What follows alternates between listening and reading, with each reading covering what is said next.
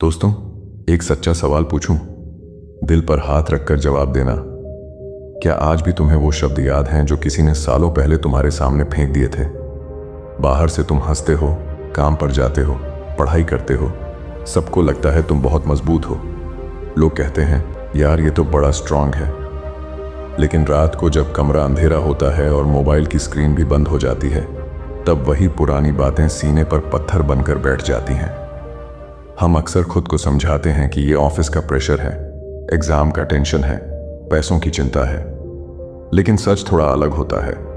असली वजह कई बार वो एक वाक्य होता है जो किसी ने गुस्से में, मजाक में या जानबूझकर कहा था, और वो आज भी दिमाग में हथौड़े की तरह बजता रहता है।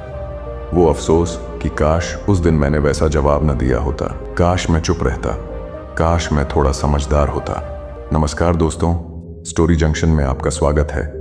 आज जो कहानी मैं सुनाने जा रहा हूं, वो दादी नानी की कल्पना वाली कहानी नहीं है। ये एक आईना है। अगर आज तुमने इसमें अपना चेहरा पहचान लिया, तो यकीन मानो तुम्हारी अगली सुबह पहले से हल्की होगी। तो चलो शुरू करते हैं। एक घना जंगल था। उस जंगल में एक छोटी सी चिड़िया रहती थी। बाकी चिड़ियों की तरह उसका काम था उड़ना, गाना, पेड़ों पर बैठना और खुला आसमान नापना। लेकिन इस चिड़िया की एक अलग आदत थी।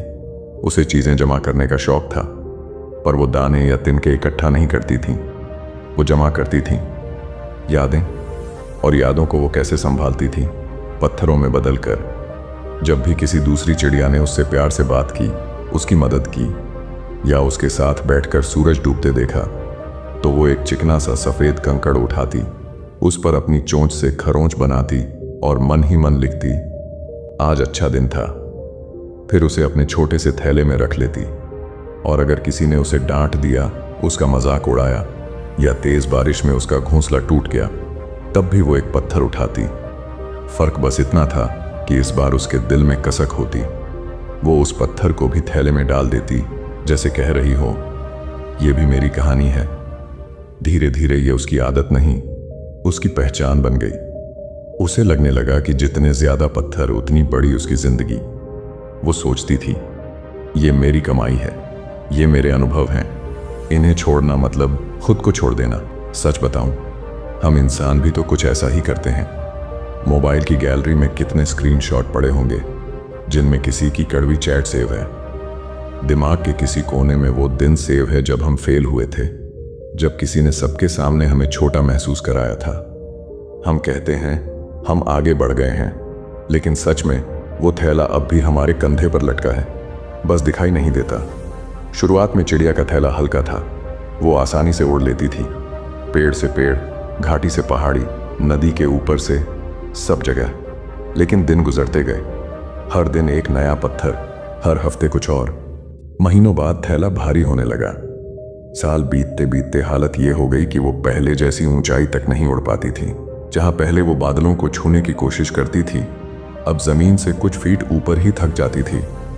उसके दोस्त कहते, चलो ऊंचे पहाड़ों पर चलते हैं, वहां मीठे फल लगे हैं। लेकिन वो मुस्कुराकर मना कर देती, तुम लोग जाओ, मेरा बैग भारी है, मैं बाद में आऊंगी। वो बाद में कभी नहीं आया।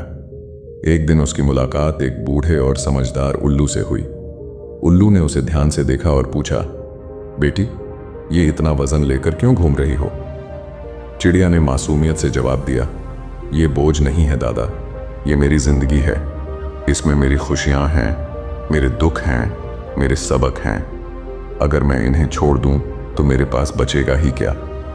उल्लू ने थोड़ी देर चुप रहकर कहा, यादें रास्ता दिखाने के लिए होती हैं, रास्ता रोकने के लिए नहीं। तुम कल को अपनी पीठ पर लाद कर चल रही हो, इसलिए आज का आसमान तुम्हें छोटा लग रहा है। चिड़िया को यह बात उपदेश जैसी लगी। उसने सोचा, इन्हें क्या पता मेरी मेहनत की, और वो फिर अपने पत्थरों को संभालती हुई आगे बढ़ गई। दोस्तों, हम भी तो यही करते हैं। हमें डर लगता है कि अगर हमने उस दर्द को छोड़ दिया तो शायद हम उस इंसान को माफ कर देंगे जिसने हमें चोट पहुंचाई थी। हमें लगता है दर्द पकड़े रखना हमारा अधिकार है, लेकिन हम ये नहीं समझते कि वो दर्द सामने वाले को सजा नहीं दे रहा, वो तो हमें भीतर से खोखला कर रहा है, दीमक की तरह। फिर एक रात आई जिसने सब बदल दिया। जंगल में भयंकर बाढ़ आ गई। बारिश रुकने का नाम नहीं ले रही थी। नदी उफान पर थी। पानी तेजी से बढ़ने लगा। सारे जानवर ऊंची जगहों की तरफ भागे। पंछी पेड़ों की सबसे ऊंची डालियों पर उड़ गए। हर तरफ आवाजें थीं, ऊपर उड़ो, जल्दी करो। चिड़िया के पास भी मौका था, बस उसे अपने थैले की डोरी काटनी थी। एक झटके में वो हल्की हो सकती थी। वो चाहती तो आसमान में सबसे ऊपर जा सकती थी, लेकिन उसने अपने पत्थरों को कसकर पकड़ लिया। उसके मन में आवाज आई, मैं इन्हें कैसे छोड़ दूं? ये तो मेरी पूरी कहानी है। और उसी पल एक तेज लहर आई। कुछ ही पलों में सब शांत हो गया। पानी उतर गया, पेड़ खड़े रहे, पत्थर भी वहीं रह गए, कीचड़ में दबे हुए। उन्हें कोई फर्क नहीं पड़ा। फर्क बस इतना था कि वो चिड़िया अब नहीं रही जो उन्हें अपनी जान से ज्यादा संभाल कर रखती थी। कड़वा सच यही है, जिन बातों को हम सीने से लगा कर रखते हैं उन्हें दुनिया परवाह भी नहीं करती। वो शब्द, वो ताने, वो असफलताएं समय के कीचड़ में वैसे ही पड़े रहते हैं, बस हम डूब जाते हैं। आज जो भी ये वीडियो देख रहा है, खुद से पूछो, कब तक ढोओगे वो पत्थर? वो बिजनेस जो एक बार डूब गया, उसका पछतावा कब तक उठाए रहोगे? किसी ने तुम्हें नालायक कह दिया था, तो क्या वो एक शब्द तुम्हारी पहचान बन जाएगा? तुम सोचते हो ये सब याद रखकर तुम उन्हें सजा दे रहे हो। सच ये है कि तुम खुद को सजा दे रहे हो। तुम उड़ना चाहते हो, आगे बढ़ना चाहते हो, बड़े सपने देखना चाहते हो, लेकिन तुम्हारे पंख पुराने वजन से जकड़े हुए हैं। माफ कर दो, इसलिए नहीं कि वो लोग सही थे, इसलिए क्योंकि तुम आजाद होना चाहते हो, इसलिए क्योंकि तुम्हें फिर से ऊंचा उड़ना है। अगर आज स्टोरी जंक्शन की इस कहानी ने तुम्हारे दिल के किसी कोने को छुआ है, अगर तुम्हें लगा कि हाँ, ये बात मेरे लिए थी, तो मुझे लंबा चौड़ा ज्ञान नहीं चाहिए।